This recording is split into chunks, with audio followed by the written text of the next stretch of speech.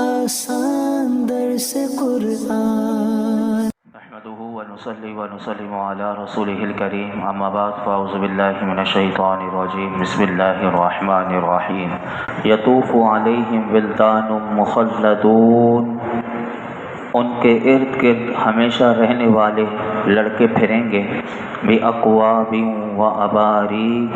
وَكَأْسٍ مِّن مَّعِينٍ، کوزوں اور صراحیوں اور آنکھوں کے سامنے بہنے والی شراب کے جام کے ساتھ، لا يصدعون عنها ولا ينزفون، اس سے نہ انہیں سر درد ہوگا اور نہ ان کے ہوش میں فرق آئے گا، وفاکہۃ مما یتخیرون،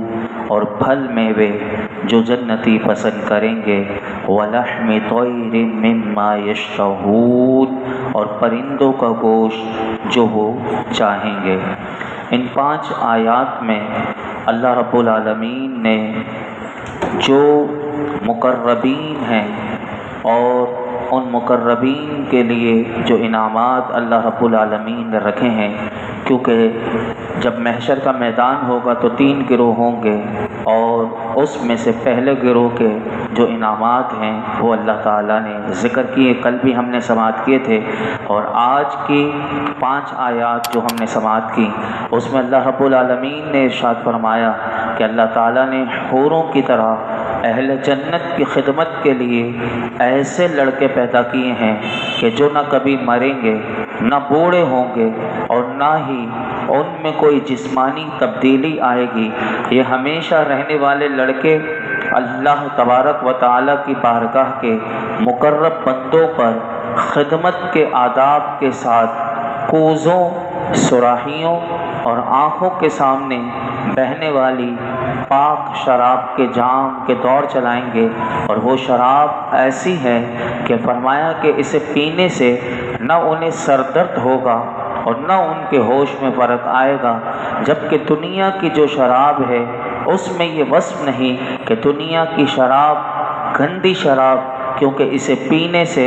حواس جو ہیں وہ بگڑ جاتے ہیں اور بندے کے اوسان میں فطور آ جاتا ہے، اور شراب پیش کرنے کے ساتھ ساتھ فرمایا کہ وہ خدمت گار لڑکے جو ہوں گے وہ تمام پھل میوے اہل جنت کے پاس لائیں گے جو وہ پسند کریں گے، اور ان پرندوں کا گوشت لائیں گے کہ جس کی وہ جنتی تمنا کریں گے۔ اہل جنت پر کیے گئے انعامات کو ذکر یہاں پہ کیا، ایک اور مقام پر بھی اللہ رب العالمین نے ذکر کرتے ہوئے ارشاد فرمایا کہ ان مقربین کے لیے اللہ رب العالمین نے ان جنتیوں کے لیے کیا کیا انعامات رکھے ہیں، تو اللہ رب العالمین ایک اور مقام پر ارشاد فرماتا ہے کہ وَأَمْدَدْنَاهُمْ بِفَاكِهَةٍ وَلَحْمٍ مِّمَّا يَشْتَهُونَ، اور پھلوں، میووں اور گوشت جو وہ چاہیں گے ان کے ساتھ ہم ان کی مدد کرتے رہیں گے۔ یتنازعون فیہا کأسا لا لغو فیہا ولا تأثیم، اور فرمایا جنتی لوگ جنت میں ایسے جام ایک دوسرے سے لیں گے کہ جس میں نہ کوئی بےہودگی ہوگی اور نہ گناہ کی کوئی بات۔ وَيَطُوفُ عَلَيْهِمْ غِلْمَانٌ لَهُمْ كَأَنَّهُمْ لُؤْلُؤٌ مَّكْنُونٌ، اور ان کے خدمت گار لڑکے ان کے گرد پھریں گے گویا کہ وہ چھپا کر رکھے ہوئے موتی ہیں، یعنی وہ لڑکے جو خدمت گار ہوں گے وہ اتنے خوبصورت ہوں گے کہ قرآن بتاتا ہے گویا کہ جیسے چھپے ہوئے ایک موتی چھپا کر رکھے جاتے ہیں ایسے وہ ہوں گے۔ اور بعض علماء نے یہ بھی لکھا کہ یہ لڑکے کون ہوں گے، تو تفسیر میں یہ بھی ملتا ہے کہ جن کے ماں باپ مشرف با اسلام نہ ہوئے، یعنی دنیا میں وہ کافر رہے اور ان کے بچے بچپن میں ہی فوت ہو گئے، تو ان کو اہل جنت کا خادم بنایا جائے گا۔ یہاں پر یہ بھی مفسرین نے لکھا، اور یاد رکھیے کہ اہل ایمان کے جو کم سن بچے جو بچپن میں فوت ہو جاتے ہیں، تو یاد رکھیے کہ ان کے تو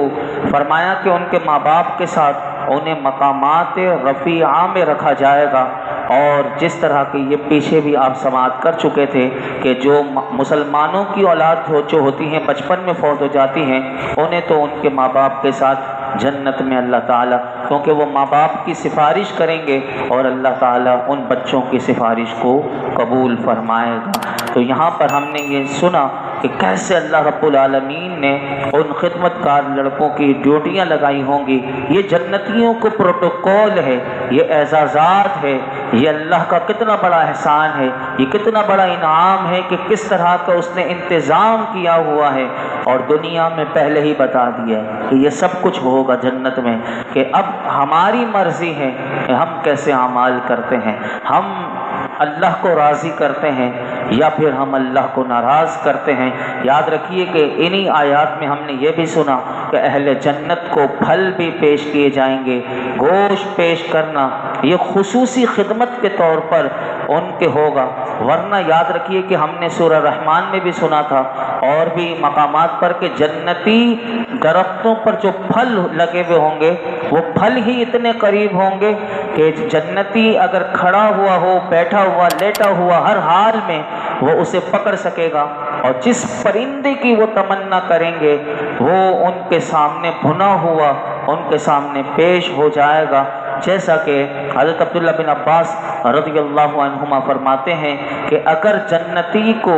پرندوں کا گوشت کھانے کی خواہش دل میں ابھی پیدا ہوگی تو اس کی مرضی کے مطابق فرمایا کہ پرندہ اڑتا ہوا اس کے سامنے آ جائے گا، اور ایک قول میں تو یہ بھی ملتا ہے کہ رکابی میں بھنا ہوا اس کے سامنے پیش ہوگا، یعنی ابھی جنتی سوچے گا، اس کی سوچ ابھی ختم نہیں ہوگی، وہ سوچ سے پہلے اس کے سامنے بھنا ہوا گوشت اس کے سامنے آ جائے گا، اور اس میں سے وہ جتنا چاہے گا وہ کھائے گا اور پھر اڑ جائے گا۔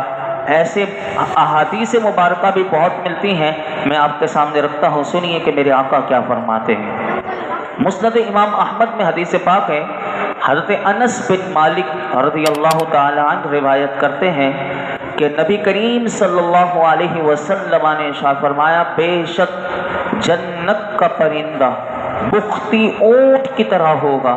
اور وہ جنت کے درختوں میں چرے گا۔ یہ سن کر حضرت ابو بکر صدیق رضی اللہ تعالیٰ نے عرض کی، یا رسول اللہ، بے شک وہ پرندہ تو بہت اچھا اور عمدہ ہوگا۔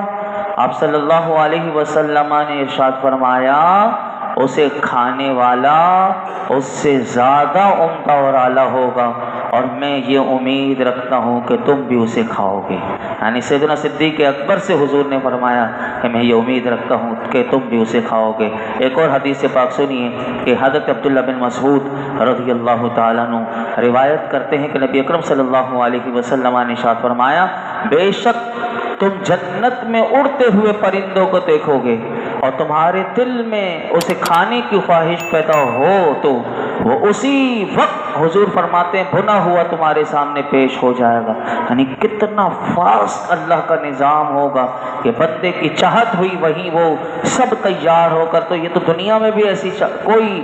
مطلب ہے ہی نہیں، لیکن رب کی جنت میں ہے، انسان سوچ بھی نہیں سکتا۔ تیسری حدیث پاک سنیے کہ حضرت ابن میمونہ رضی اللہ تعالیٰ عنہ روایت کرتے ہیں کہ رسول اللہ صلی اللہ علیہ وسلم نے ارشاد فرمایا، بے شک جنت میں جب کوئی آدمی پرندے کا گوشت کھانے کی خواہش کرے گا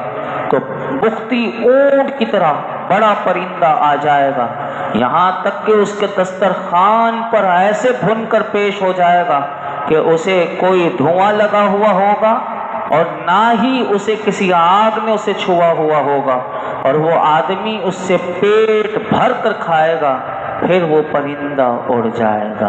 اللہ اکبر، سبحان اللہ، کیا میرے رب کی جنت میں ہے۔ آگے سنیے کہ اور مقربین کو اللہ تعالیٰ کیا کیا دے گا۔ فرمایا، وحور عین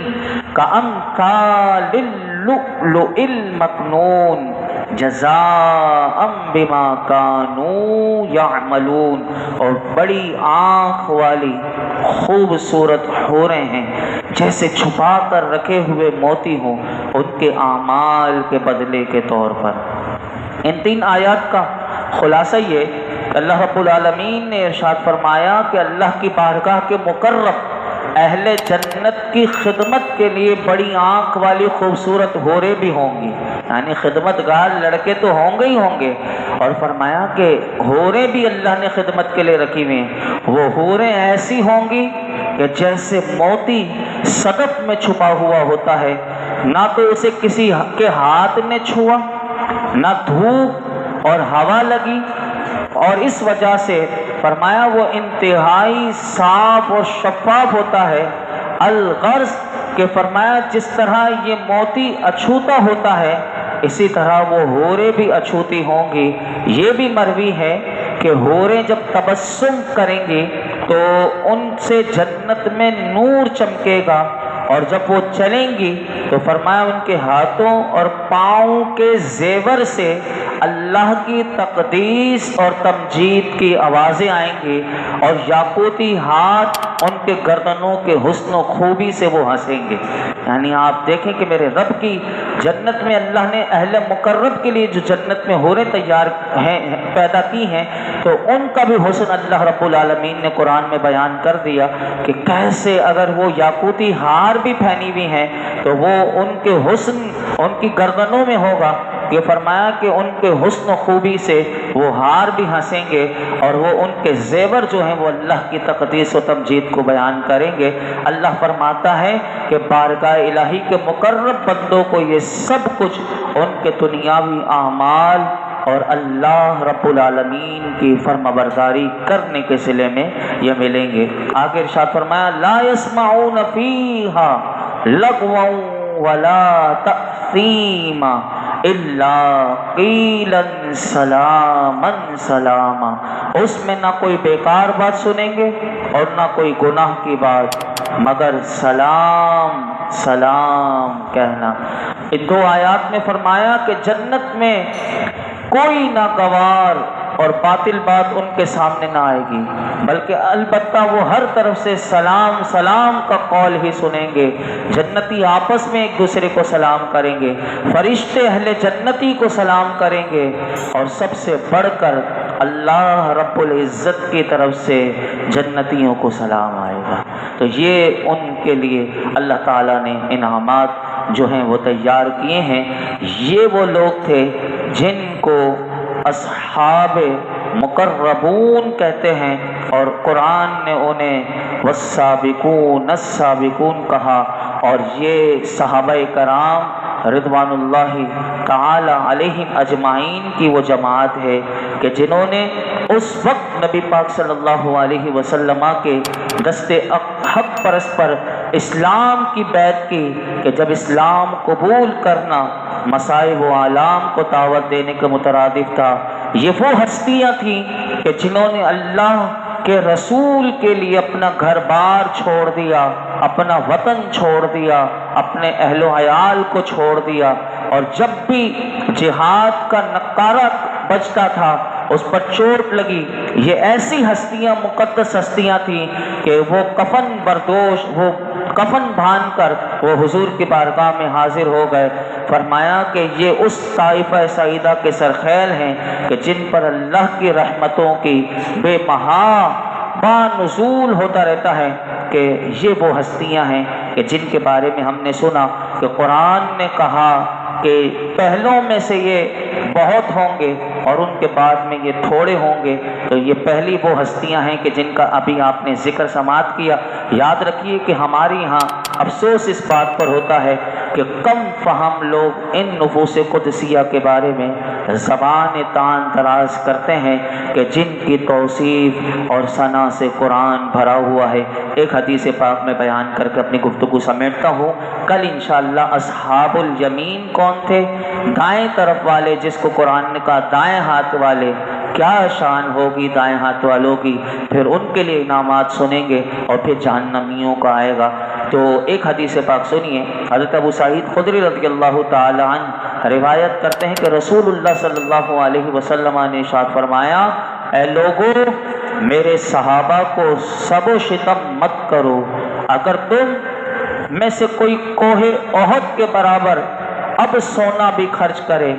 تو میرے صحابہ کے ایک مد یا نصف مد گلے کے برابر بھی نہیں ہو سکتا۔ یعنی یہ صحابہ کی شان ہے کہ اگر کوئی احد پہاڑ کے برابر آج دنیا میں سونا خرچ کرتے اللہ کے لیے، تو صحابی کی ایک مٹھی جو اگر وہ جو ہے وہ اللہ کی راہ میں اگر اس نے اس وقت حضور کے زمانے میں دیا ہے تو وہ احد پہاڑ سونا اس کے برابر نہیں ہو سکتا۔ تو پھر آپ اندازہ لگائیں ان کا کیا مقام اور ان کی کیا عظمتیں ہیں، ان پر کیسی اللہ کی رحمتیں ہیں، اور کیسے نہ ہو پھر یہ اصحاب والسابقون السابقون۔ اور پھر آپ نے سماعت کیا کہ ان کے لیے کیسے کیسے اللہ تعالیٰ نے انعامات تیار کیے ہیں۔ اللہ ان پاکیزہ ہستیوں کے نقش قدم پر ہمیں چلنے کی توفیق عطا فرمائے۔ الحمدللہ رب العالمین، والصلاة والسلام علی سید الانبیاء والمرسلین وعلی آلہ واصحابہ اجمعین۔ اللہ پاک جو کچھ سنا اس میں کوئی غلطی کوتاہی و معاف فرما دے، اپنی بارگاہ میں قبول فرما۔ رب کریم قرآن حکیم کا نور اور اس کا فیضان نصیب فرما، ہمارے تمام صغیرہ کبیرہ گناہ معاف فرما، آئندہ زندگی گناہوں سے بچنے کی توفیق عطا فرما۔ یا اللہ ہم سب کی، ہمارے ماں باپ کی، ساری امت مسلمہ کی بے حساب مغفرت فرما، دنیا اور آخرت کی ساری بھلائیاں، کامیابیاں، عزتیں، نعمتیں، راحتیں، سکون عطا فرما، دونوں جہانوں کی ذلت و رسوائی سے بچا لے، ہم سب پر، ہمارے گھر والوں پر، اہل کراچی پر اپنا خاص فضل و کرم نازل فرما۔ اے اللہ باران رحمت، تیری رحمت کی بارش نازل ہو رہی ہے، لیکن میرے مولا جن لوگوں نے ہمارے اس شہر کراچی کو اجاڑ دیا ہے،